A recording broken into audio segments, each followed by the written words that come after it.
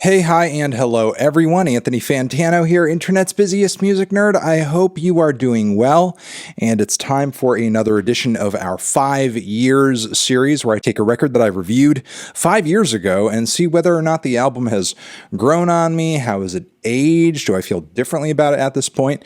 And I feel like this episode is especially relevant considering that it is Travis Scott's Astroworld, the last full-length LP dropped by the legendary Houston rapper, singer, producer. It's been a while since Travis Scott dropped a brand new LP, due in part to him just kind of stalling, and also I think he's taken quite a bit of time off as a result of his festival disaster a while back. One of the worst and most horrific tragedies to ever happen in the music industry, and my thoughts and prayers go out to anybody still reeling from the effects of that. Regardless of how much Travis did or didn't atone for that situation, he is back in album mode. Title is supposed to be Utopia. It is most likely going to drop this year. And again, the most recent LP we have to compare it to is Astroworld, which dropped back in 2018. Now, at the time when I reviewed this record,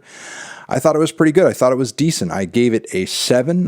There were highlights on it that stuck out to me and still do so to this day, most notably Sicko Mode. There were some really creative, surprising, and well-applied features across this project as well, most notably Frank Ocean, James Blake, Tame Impala, John Mayer. Some of the rap features on this thing were actually maybe the weakest, specifically Yosemite with Gunna and Nav. I mean, total snooze fest with those guys going back to back. Not to jump too quickly into the complaints, though. How is this record aged? How does it sound to me overall at this point in the year of our Lord, 2023? Honestly, I think the record has lost a little bit of its luster, because I do go back on occasion and listen to Travis's music, and I just don't really see myself going back to any record in his discography as much as I do Rodeo. Rodeo stays on rotation. Birds in the Trap very much does not, as a lot of those tracks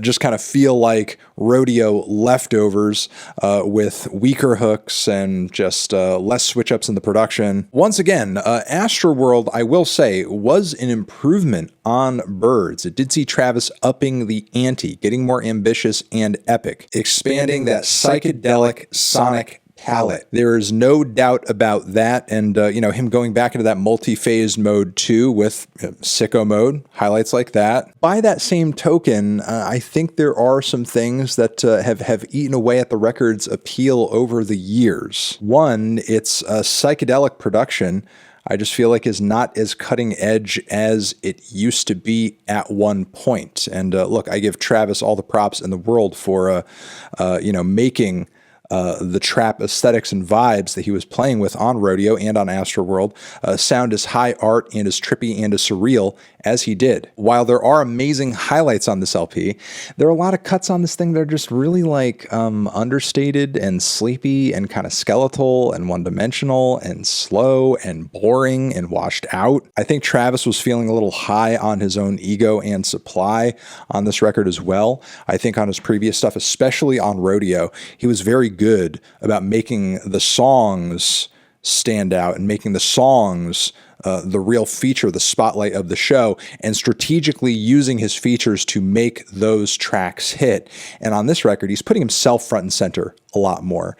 And as a result of that, it's kind of exposing just how weak of a rapper and a vocalist he is much of the time, because on a lot of these tracks, especially when he's going at length, he doesn't really have shit to say. As a result, there are a lot of tracks around the midriff of the record and the back end of the record that just feel kind of redundant, feel sort of unnecessary, don't really add much to this hour-long album. And that's the thing about Rodeo. It was very tight.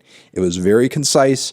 Every track on that thing pretty much hit. Not a single dud, not a single lull, not a single boring moment that lasted too long. Astroworld, by comparison, is, yes, in some respects, it's grander, it's bigger, It's maybe a little more immersive, but it's also more bloated. I feel like the weight of that bloat is even heavier 5 years later. It's funny because as far as runtime, Rodeo is a longer record, but it does more with less tracks. There's less runtime and more songs on Astroworld, and yet it somehow like achieves less and ends up feeling like the longer record as far as like an overall experience. Even though I have a lot of critiques of this album, I can't really name a whole lot of records out there in the mainstream as far as trap goes that are as, at least trying to be as trippy and as sound rich and as epic as Astroworld is trying to be. So, I mean, even if there are some moments on this thing where it does fall flat on its face a little bit, I can at least still commend Travis for trying something new, doing something different, having a level of ambition within himself that causes him to excel the sound and the artistry of the genre that he creates in. It's funny because I was just recently looking at the new XXL freshman class and thinking back to all the previous XXL freshman classes and thinking how cool and stacked the particular freshman class was that Travis Scott appeared on the XXL cover. And I was thinking, looking back at that, looking at the new cover, is there anybody on the cover today that like has the potential that Travis Scott does to change minds, change perspectives, and give us something that we didn't even know we wanted? Certainly he wasn't the first artist out there to make a psychedelic trap or psychedelic, cloud rap and that sort of thing. But he still did elevate it in a really big and a really grand way. And, again, looking at this new XXL freshman class, is there anybody there who has like that kind of hunger, that kind of ambition in them to where they don't just want to succeed and make money and make a hit record? They actually want to morph the sonic landscape of the rap genre. I'm not really hearing and I'm not really seeing that. And, again, as many critiques as I have for this record, I still have to give it to Travis Scott for being as much of a groundbreaking and kind of a one-in-a-lifetime sort of artist. Travis, even though in terms of like his lyrics and his ethos, I don't think he really is challenging the status quo or anything ideologically. He's certainly not rebelling against anything in his music, but you could still at least say that his music, in a sense, was a sonic rebellion. Look, you don't have to remind me in the comments. I know there's good experimental hip hop out there that's adventurous, and I know that in the mainstream we have our J. Cole's and our Kendrick Lamar's and our artists who are trying to bring some substance and depth to the genre. But Travis has a proven track record of being like a director of aesthetics as far as like mainstream rap goes.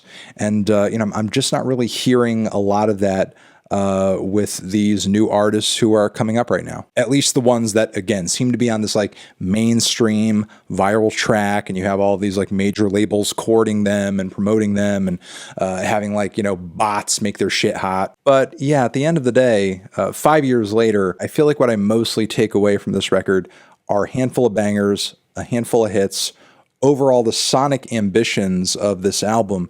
And beyond that, there's really a lot of weak songs, a lot of weak features, some one-dimensional beats, washed out mixes, some kind of middle-of-the-road rap performances too. It's a pretty grand record, but not everything is grand about it in terms of the performances and the finer details. And I'm hoping that's exactly what Travis nails on Utopia, if he even has that sort of at the forefront of his mind at this point. But yeah, Astroworld overall has not aged perfectly in my mind. The non-essential tracks, which have always been there, seem more non-essential than ever. Those are my thoughts. What are yours? Let me know in the comments. Over here next to my head, another video you can check out. Hit that up or the link to subscribe to the channel. Anthony Fantano, Travis Scott, Astroworld.